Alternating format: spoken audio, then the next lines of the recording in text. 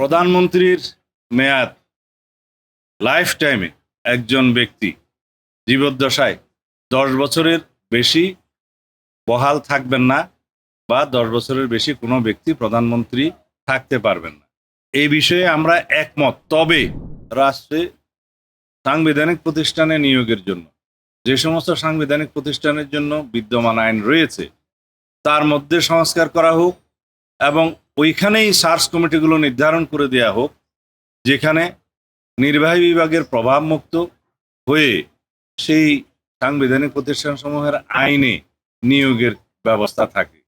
এবং সেখানে আমাদের এডিশনাল বক্তব্য হলো সেই প্রতিষ্ঠানগুলোর জবাবদিহিতা এবং স্বচ্ছতা বজায় রাখার জন্য সেই আইনে বিধান থাকতে হবে। অ্যাকাউন্টেবিলিটি এবং আমাদের সব জায়গাতে আমরা এই বিষয়টা উল্লেখ করি যে সমস্ত সাংবিধানিক প্রতিষ্ঠান এবং অন্যান্য প্রতিষ্ঠানে জবাবদিহিতা নিশ্চিত করতে হবে, ট্রান্সপারেন্সি নিশ্চিত করতে হবে, সেই বিধানগুলো ওখানে সংযুক্ত হবে। তাহলে সেই আইনগুলো যদি আমরা স্ট্রেনদেন করি, ওখানে সার্চ কমিটিগুলো যদি আমরা সেইভাবে নির্ধারণ করি, সেই আইনগুলোকেই আমরা প্রণয়ন করতে পারি। সেই হিসাবে যে সমস্ত সাংবিধানিক প্রতিষ্ঠান এবং সংবিধিবদ্ধ প্রতিষ্ঠান যেগুলো রিলেটেড এটার সাথে, সেগুলোর আইন না থাকলে আইন করা, যেগুলো বিদ্যমান আইন আছে সেখানে সংস্কার করা। এইভাবেই রাষ্ট্রের মধ্যে একটা check and balance, power check and balance হবে। এবং আমরা তার সাথে এটাও যুক্ত করেছি, যেহেতু কেয়ারটেকার সরকার ইন প্লেস হয়েছে যে নামে হোক, সেই কেয়ারটেকার সরকারের অধীনে স্বাধীন নির্বাচন কমিশন যদি স্বাধীনভাবে নির্বাচন পরিচালনা করে এবং জুডিশিয়ারির কমপ্লিট ইন্ডিপেন্ডেন্স আমরা এনশিওর করতে পারি এবং ফ্রিডম অফ প্রেস যদি এনশিওর করতে পারি, আর অন্যান্য যেগুলো রিলেটেড দুদক সহ অন্যান্য প্রতিষ্ঠানগুলোকে যদি আমরা শক্তিশালী করতে পারি, এইখানেই গণতন্ত্রের রক্ষা কবচ হিসেবে তারা কাজ করবে। এবং গণতন্ত্রের রক্ষা কবচ ছাড়া, এই সমস্ত প্রতিষ্ঠান ছাড়া গণতন্ত্র কখনো শক্তিশালী হবে না।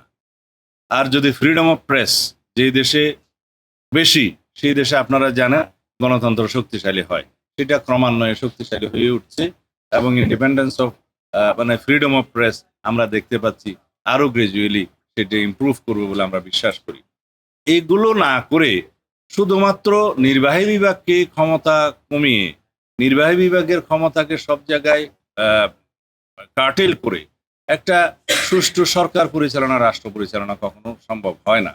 আমরা যদি সবসময় মাথায় রাখি যে এক ব্যক্তি স্বৈরাচার হয়েছিল, সেই জন্য নির্বাহী বিভাগকে দুর্বল করতে হবে এবং লেজিসলেচারকে, সংসদকে দুর্বল করতে হবে, এই আইডিয়া থেকে আমাদের বেরোতে হবে। আমরা একটা নতুন যাত্রা শুরু করেছি, সেই জন্য আমরা সংস্কার প্রস্তাব দিয়েছি অনেক আগেই এবং সেই সংস্কার কমিশনগুলো পরে গঠিত হয়েছে এই সরকার আসার পরে।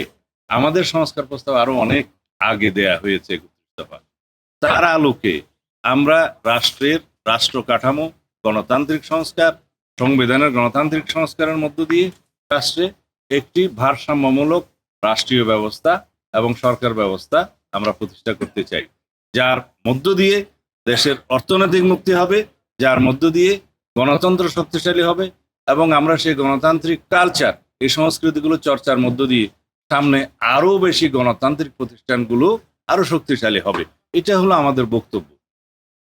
সুতরাং আমরা এই বিষয়ের সাথে একমত হতে পারিনি এই কমিটি সংক্রান্ত। আমরা বলেছি আইনগুলো প্রণয়ন করা হোক, সংস্কার করা হোক, শক্তিশালী করা হোক। 3 নম্বর বিষয় প্রধানমন্ত্রীর মেয়াদ সংক্রান্ত।